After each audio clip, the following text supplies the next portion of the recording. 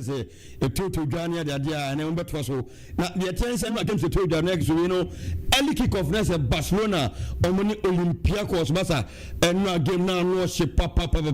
Barcelona say 6 Olympiacos and so at the Kanimbaku now Barcelona goes with the Marcus Rashford about 2 goals, Fermin Lopez about 3 goals, and Afino, Lami Yamade Penalty Bako Soswa, and Mani is here. Now Olympiacos on that just a consolation gonna if you move here, Ayub Ekabi, no say penalty, and so I take Kanibakwa, a year 6-1 in favor of Barcelona. Now game no economy, no man of the match, Nekoma, Fermin Lopez here, just on also about Barcelona, Kerat and Sene Pafos, no, and so Mugono, and so 0-0, just a go beer, and so Antimi MPM. Now, man of the match is Ekoma Tamian Anabikov. Odi, Edi, what him say? A dear dropa, a dropping Amabikov, Massa, Abama Kerat, as I know the Ukraine, I know the Papa. Now say Arsenal, Anthony, Atletico di Madrid, game no, and so Banner, when I say Arsenal, Ashafa. Atletico di Madrid as we know Roy Blancos Omentimi anti Ekanibi Victor Gyökeres about 2 goals Gabriel Martinelli at the back also and after Gabriel Magalhaes that just only players and goals no and so at the mat the Ghana's Arsenal like I say Dr. Jabane Oba Sidio ha ni Jenkwa like I say we so like I say and some Ekoso game no corner we no Gabriel Magalhaes and man of the match e game no so Bama Arsenal na ye wura by all for Leverkusen on many Paris Saint-Germain PSG na just say game no be say Bayern 04 ashe 2 PSG and so ashe 7 and so na just say no masa fikasiem fo mo ko mo go so di o masse sika papa na the ten say Vitinha ashe go ni bi Ousmane Dembele Nuno Mendes William Pacho Desiré Doué na Kicha Kvaratskhelia na Desiré Doué and so about 2 goals and so na game no and so eba na we na just say we no Nuno Mendes and so enya man of the match ya na just say and so ne sama just say and so eto de ade so mo na anopai na ewuram so ade amamwa ye tensa Coventry and so ane Borussia Dortmund game na just say Coventry able 2 Dortmund and so ball 4 goals na the tensa Dortmund goals no Fabio Silva Felix Meta able 2 goals and afi no Remy Basambeni and so the penalty back kan ho a 4 ma Dortmund na afi the Coventry game no so like say VB Dadason and afi William Anton na just also and about 2 goals and so the Coventry na man of the match and Felix Meta and also Boma Dortmund na just way and emunsam Newcastle and Benfica game no na just Newcastle almost 3 goals to Benfica and so anti-Kanimbi afi Harvey Barnes about 2 goals and I face Anthony Gordon and the back so a man here 3 game nobody will not say Harvey Barnes and so man of the match and so any emunsam PSV and Hoven almost any Napoli game not say and also goes and so pure papa now the tennis PSV and Hoven and so 6 and Napoli and so at a canon now say and so goes by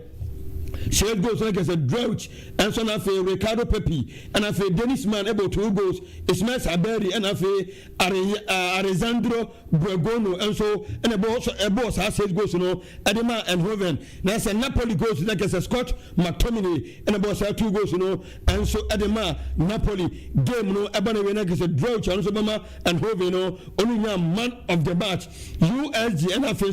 or many Inter Milan game, saying it's USG. And so Antimi Amogo Nibi Inter Milan Egase Amobo 4 goals Francisco Pio Esposito Hakan Chananoglu Lautaro Martinez Denzo Dumfries like I said we only players on board 4 goals and Sudama International Milan like I said game no economy like I said Jan Soma Obama International man of the match say Anderson and so at here Villarreal any Manchester City game no not just any game no abana like I said Man City and so about 2 goals were Villarreal and so Antimi Antekano na man of the match Ekoma Luis Junior and so Obama Villarreal and Yami Aduma and anyway not just a no Champions League no more twice den early kick off no Atletico Bilbao on quarterback and 4:45 Umuya Galatasaray and so no Bordeaux and so 4:45 there's a game second now at 7 o'clock AS Monaco and Tottenham Atalanta and Slavia Praha Chelsea and Ajax Frankfurt and Liverpool Bayern Munich and Club Brugge Real Madrid and Juventus Massa Los Blancos Ross no Ross Coconeros masa game way ano baye dem papa Sporting any must na chese o mo so game way and also ebetima koso mi no break it down mo na gese eno Champions League night no goals were a PM near 43 na chese goals no mankasa a full year papa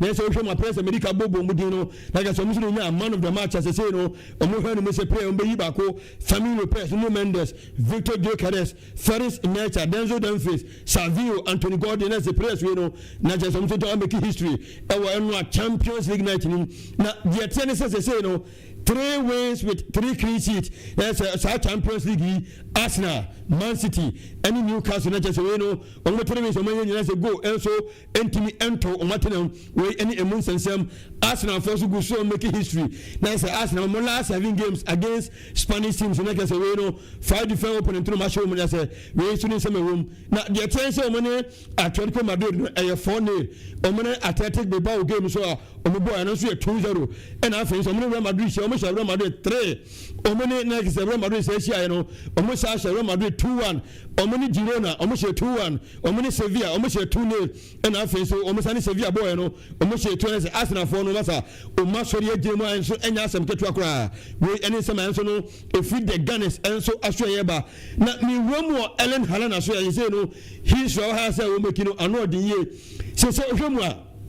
Manchester City say no Champions League player was go to the part of Champions League Sergio Kun Aguero de Castro was 36 goals say Haaland 30 goals is like 6 goals we equalize on Swang's on by all-time top scorer and so at the Manchester City in terms of Champions League Hansi Flick then central for Busebus and some effort as a Marcus Rashford near the other masa near the year papa now cast we play away and confirm can send the brain or your fast or your good or born like I said so see handle on the short passes be beer and Ekoyena Rashford will be on the Rashford so see penalty and next day and also now see improve no or bomb man on your son from more club and I just say be beer and so interim progress our club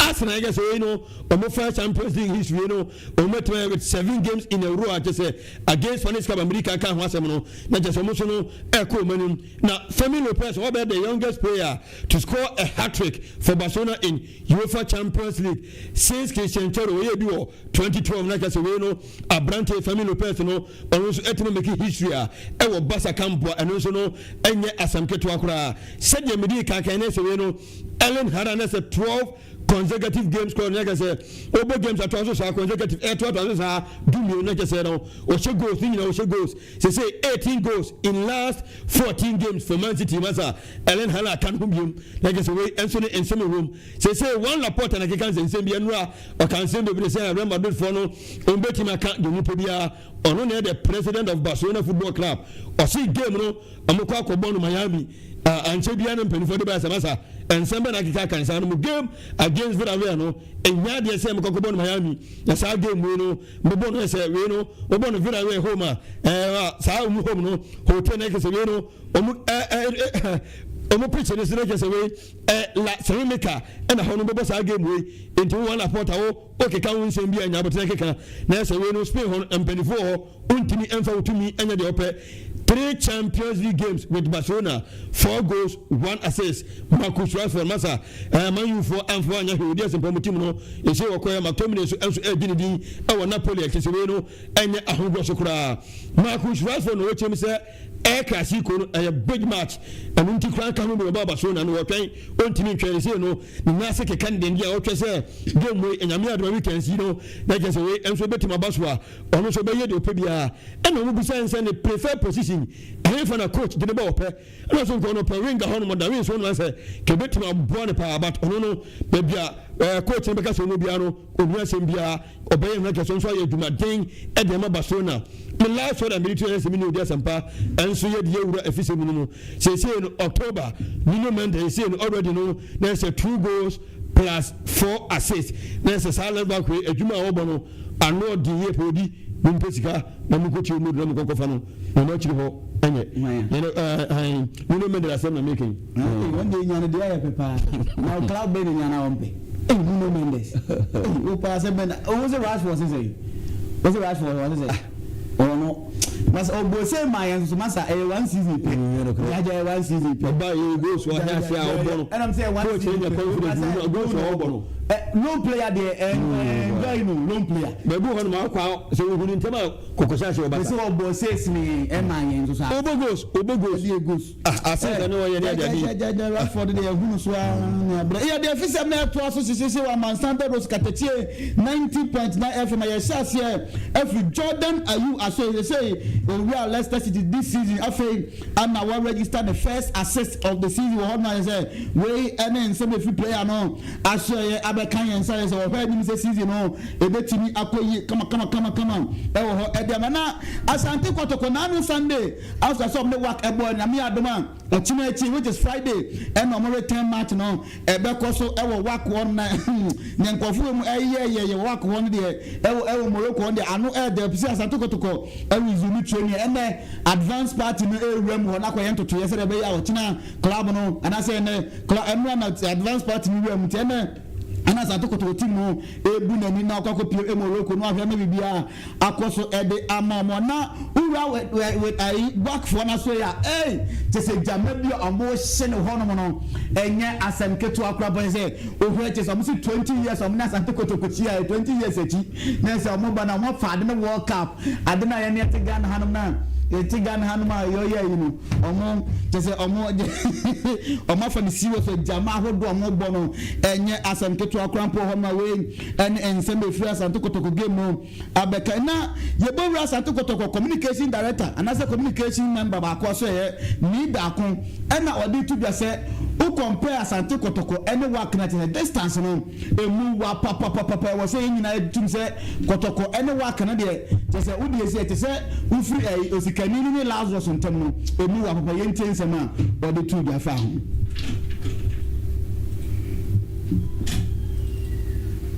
financially we are not there yet. If you look at the quality, the experience, I mean the resource, you cannot. They came here with 47-man contingent on Thursday, but then 10 of them were already here as advanced team before 47 came on Thursday, making 57. Can you travel to Morocco with that number of contingents from Ghana? And everybody had a specific role to play. Can we do the same? We can't. They have invested hugely. They made $11 million from the World Club Championships. So, how much are we going to get to win the Ghana Premier League? Play 34 matches. How much are you going to? I hope you are. Yes. So you can just imagine that if they have that money on the table, that. Okay, there's a way and in some brand channel we are in the train need that quarter to was where advanced party in come send the back Bukumasi and I said Ghana has prepare window and from our work for 20 70 contingent and I say women man I say Asante Kotoko ni say can obey me and the you to say level no Asante Kotoko level na ba from papa na winning sanyama we nyina na we so Kotoko be say woman we and in some free need that kwaso ya be na ye rem ewo Great Olympics General Manager friend Eric Alajide na so na abante ogusu a okasa efa Ghana Premier League and hon say DFA asset minimum wage at say e was say club bia went to akrampo no e was say to amount bi edema players na e hon match say who say we below one e was say e hon sem kan no e different ye busa abante say e no si win fa no de to just say we division 1 club na say yes minimum wage e 700 Ghana cedis na say we ntimi entua emfa ma player de na we need business bia say uwam na we division 1 league ni bo ma we enen some branch no we dey to do no sa course ka say e was say omoye mra bia just say down by say it do 3 months that's a club be entering to the players car say you know every free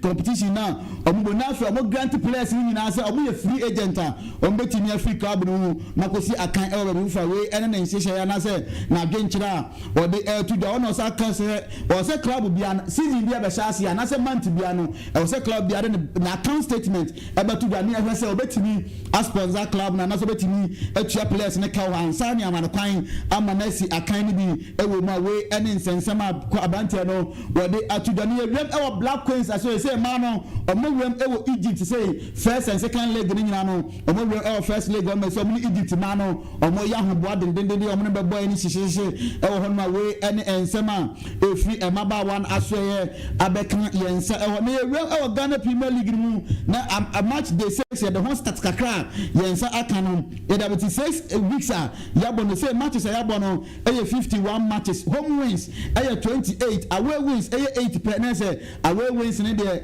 enkosokra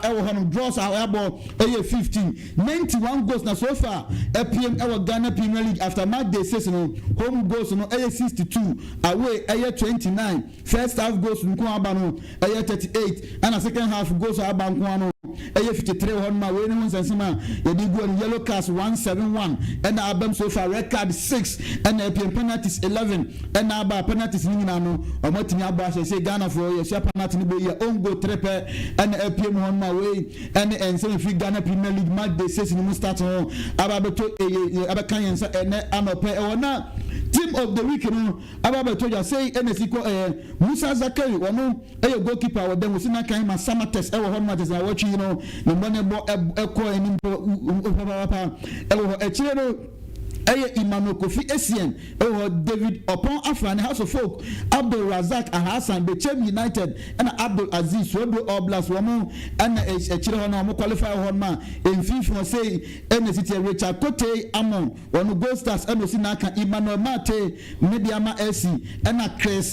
Chris Guide one Osinaka Edema Dreams FC Ono Ewem FIFA and Nimono John Ando Swebro Oblast Emmanuel Mafu Adriana and Hassan and Ponsan Adriana FC omo and year 11 as I say match day 6 omo bom homo de papa omo and ewem mo hwe amabibia akoso e Ghana Premier League na emunsem na say top scorer no say NACT Emmanuel Mafu edikan wo sina kan Irma Media ma 4 goals Osman Opoku Young Apostles also 4 goals e wo no mama kanyina na eto so on mo hwe ni say goal tally no ebetimi akoso e na penalties Klaus na awin so far no Gold Stars and any more penalties by 3 penalties they say omonya after match day 6 no Karela for to 2 and omonya bakanyina 1-1 e wo hono ma say 5 and I say 6 class and they say omonya any penalties e wo hono ma we de hun sensem nyina no egunanya me ya adoma super class no Asante Kotoko any House of Folk no e be koso 9th November and as a match no e be koso ate say ya sha say ye bo ho amane ye hu dede one match say we any say be super class no e be na say akabe 2 weeks or 3 weeks per na sa match no e koso any the biggest picture e wo Ghana Premier League ma we any one sense man abakan yensa ene anope e wo ne ewem e wo brekum Chelsea Abrante e fe no Emmanuel Sapon they say wo ne brekum Chelsea omo wie kura na season e sha ase no na House of Folk e hwe ni say Abrante no e betimi ajepe na be we na so club na amakwan ama me wem e wo House of Folk they say player